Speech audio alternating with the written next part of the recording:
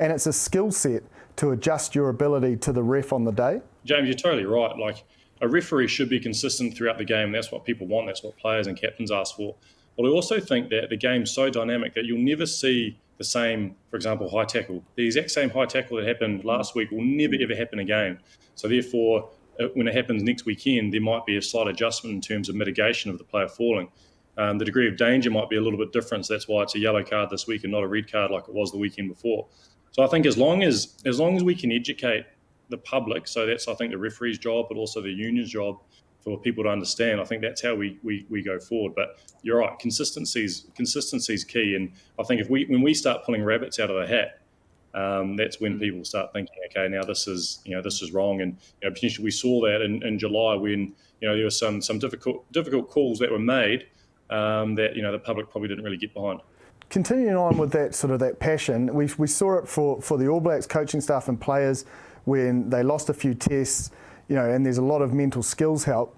Is there that in refereeing, and do you feel that sense of, I suppose, that pressure of the public, so zoned in on your performance? We do have mental skills help in the background, especially with the New Zealand Rugby. We have that resource, but we're lucky that New Zealand Rugby provides that. I don't think every union in the world has that. I think it's the main thing that referees need, because what happens week by week is that we just go out there we do what we're told to do, but we get criticised for doing our job. Yeah. So that's quite difficult when you wake up on a Sunday morning, you do a review, and you have to make a big decision, but you're getting criticised for it. So, and that mental side of it's really, really critical, and especially I think 2019 World Cup coaches started getting stuck into referees.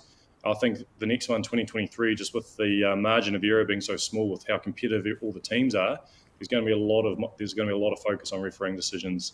Especially with how even all the teams are going to be leading into it. Would you like to come out and be able to have that voice, to be able to come out to the public and say, like, look, I went through all this is what I was thinking in this moment. I might have got it wrong, I might have got it right. But being able to have that kind of avenue to come out and tell the public what you're thinking around big refereeing decisions? Oh, I'd love to. And I obviously massive fan of this pod, so listened to James last week when he talked about it.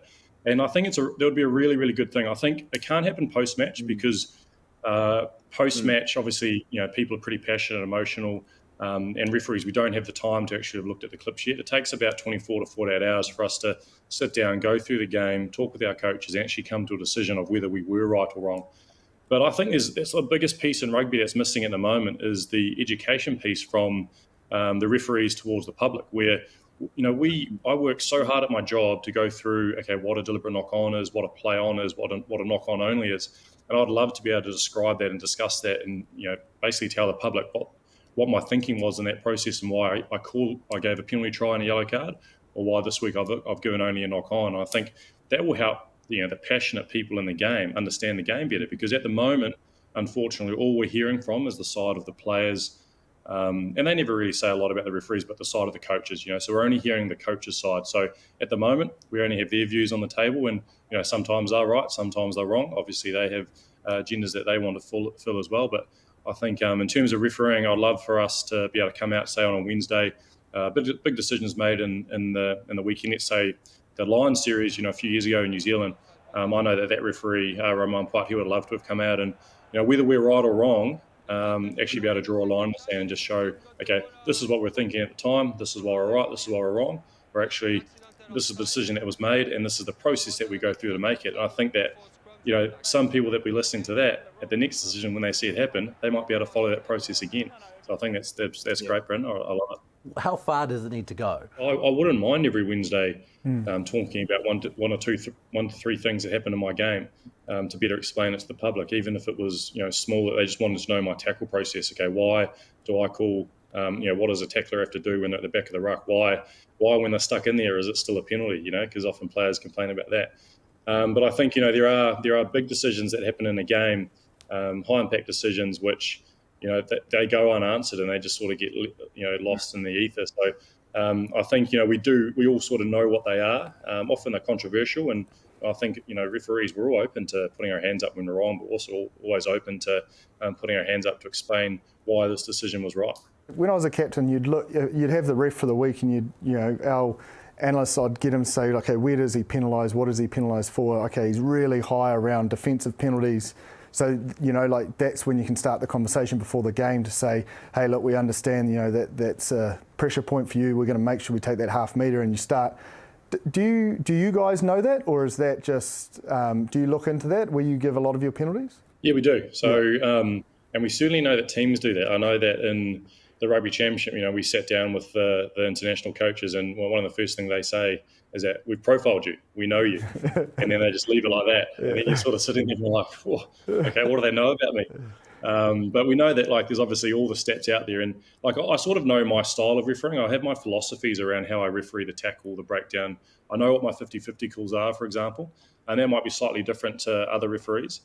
So with all the stats that are available now, it's really good. I think every about 3 to 4 months, I look at those stats just to see, okay, where am I trending? Am I missing a lot of side entries at the breakdown? Is that something I need to clean up on? And what is my go-to decision when there's a jacker on the ball? Is it holding on, or is it actually not supporting body weight? And I think that information is really powerful. And I do know coaches look at that. And what I'd say to them is actually, you actually need to go back quite a few games to get a proper trend on a referee. Because, for example, 3 weeks ago, I hadn't blown a attacking scrum penalty, so a penalty against the feeding team, in probably 3 months. And all of a sudden I had 3 in one game. So you do referee still what's in front of you. You have the skills to actually just blow what's in front of you. But the stats can change depending on how far back you go. So I think it's a good thing. And refereeing, knowledge is power. So it helps you improve your own ability. On the flip side, you previewing teams, how much detail do you go into that? Where you look at where they've been penalised previously, maybe even things like not straights, incorrect feeds, those sorts of things. Do you assess both sides leading into a test or even a Super Rugby game? All those 3 things that you said there, I do not look at all in another team. So the only when I preview a team, and I think most referees do this, a lot of it is based around, okay, what does the team do that is that's common to their style? Okay, so they play with a lot of speed. They like to send the ball wide. Do they line out to maul a lot? And it's all related to around, okay, what's going to surprise me in this game? Because as soon as referees are surprised, that's when they start making mistakes. So, for example, I know that AOTEAROA, they do a lot of moves around the back of their line-out using that space in there, and it can get pretty complicated at the back of the line-out. So, I know that, so that means that my positioning means that I need to quickly get around that last pillar at the line-out, or actually just stand at the front of the line-out. So a lot of it's around actually not being surprised, but positionally, where can I be to actually be able to make the right call? So I think gone are the days where we look at, what this loose head does, what this tight head does, because, actually that was last week. That was against another front row. It's more about, okay, the style of the game, and actually how can I get in better positions to make accurate calls.